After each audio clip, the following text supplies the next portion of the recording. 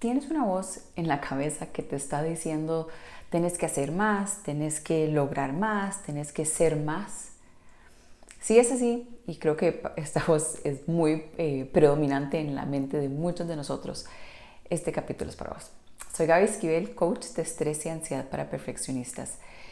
Y esa voz, que es la voz de la exigencia, es una voz que muchas veces nos lleva a sentirnos súper mal, nos lleva a sentirnos culpables, nos lleva a sentir que no somos suficiente, que nunca estamos haciendo lo suficiente. Y hoy quiero que hablemos de esto. Lo primero es entender que muchas veces cuando nosotros entramos en diferentes roles, mi rol profesional, mi rol de esposa, mi rol de mamá, esos roles conllevan un concepto.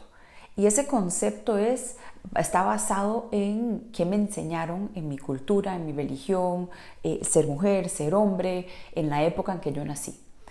Entonces, ese concepto es cómo se ve el éxito de ese rol, ¿verdad? ¿Cómo es una mamá exitosa? ¿Cómo es una esposa exitosa? ¿Cómo es un profesional o un emprendedor exitoso?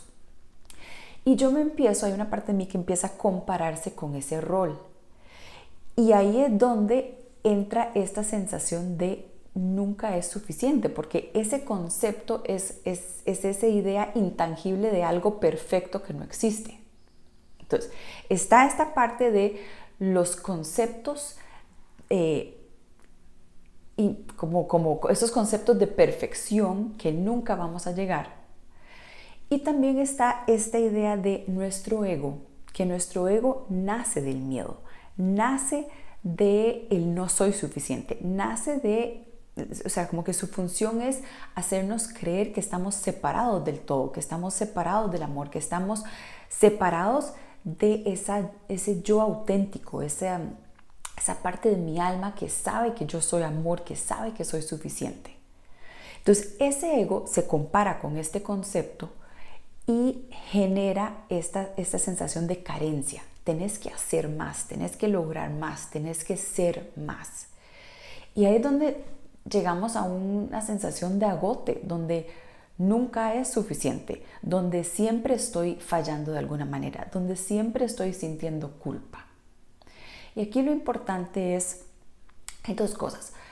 Una la decía el doctor Wayne Dyer, y él hablaba de nosotros somos un alma teniendo una experiencia humana en este cuerpo físico. Nosotros no somos un cuerpo físico que apareció y resulta que tiene un alma.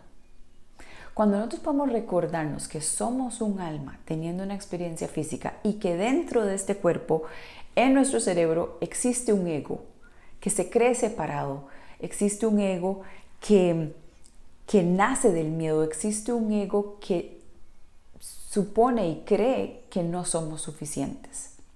Ahí podemos empezar a diferenciar quién soy yo y quién es esa voz del ego.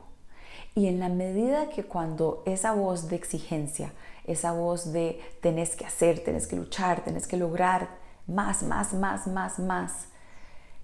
podemos observarla y decir, esa no soy yo. Esa no soy yo, eso no es la verdad.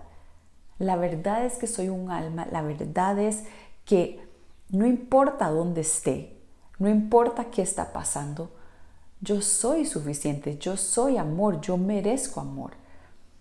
Y cuando podemos empezar a separar esos conceptos y podemos empezar a entender, yo no soy esa voz, podemos como soltarlo, podemos empezar a suavizar esa mirada, empezar a tenernos mucho más compasión y también entender el rol del ego es ese. El ego no está haciendo nada mal, ese es su función. Pero yo no tengo que creer que yo soy mi ego. Puedo recordarme que soy un alma simplemente teniendo una experiencia humana. Y esa experiencia humana va a tener altos y bajos, va a haber momentos de puro gozo y va a haber momentos de tristeza. Y es parte de la experiencia. Pero la que está en ese, yo le digo como un roller coaster, la que está en ese ride es un alma viviendo todo eso. Entonces, espero que que haya sido útil, que puedan empezar a ver dónde está esa voz de la exigencia gritando, porque muchas veces no nos habla de forma suave, lo que hace es que grita e insiste y no se calla. ¿Dónde nos está hablando? ¿Qué nos está diciendo? Y tengamos la valentía y la vulnerabilidad de darnos cuenta que yo no soy esa voz. Yo soy algo mucho más grande, mucho más poderoso, mucho más lindo que la voz de mi ego. Muchas gracias.